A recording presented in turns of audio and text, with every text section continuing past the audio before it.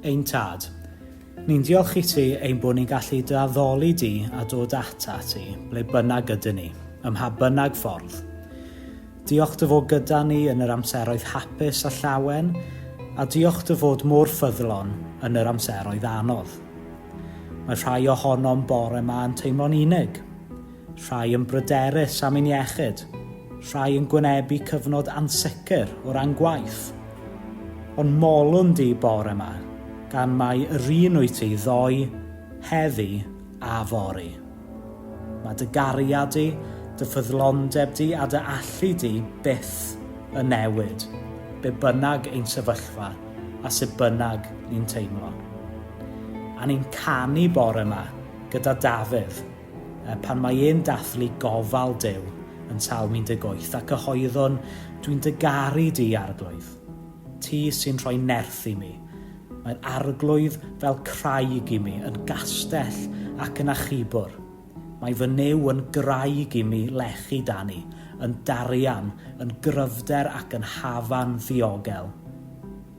A ni'n diolch eto heddi am staff a gofal yr NHS a gweddiwn i ti ei nerthu nhw.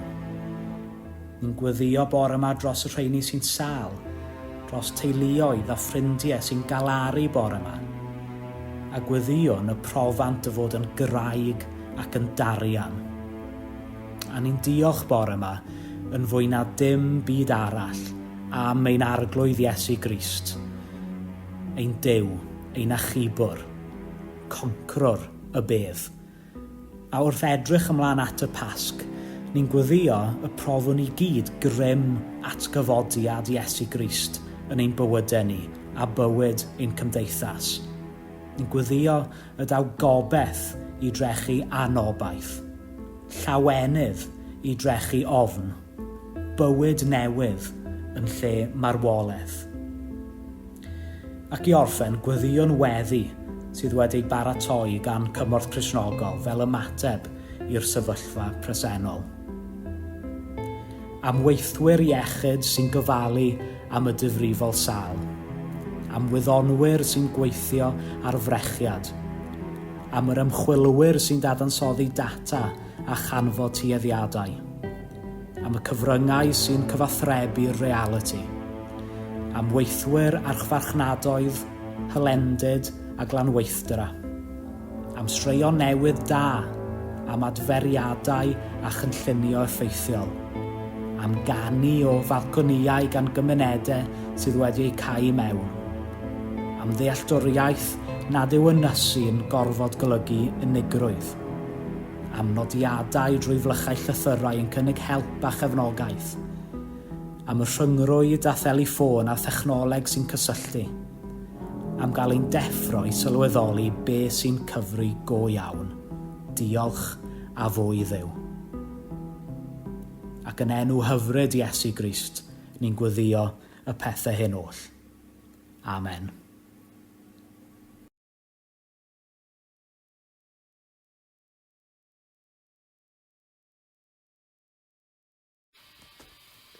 Ein tad sydd yn y nefoedd, dyn ni eisiau dy enw di gael ei anrhydeddu.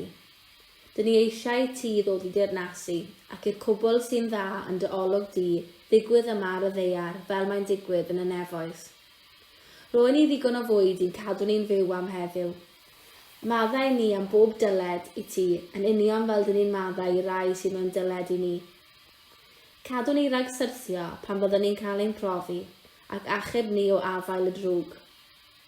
Os gnewch chi faddau i bobl pan maen nhw wedi gwneud cam â chi, bydd eich tad nefol y maddau chi hefyd. Ond os na newch chi faddau i'r bobl sydd wedi gwneud cam â chi, bydd eich tad ddim yn maddau'ch pechodau chi.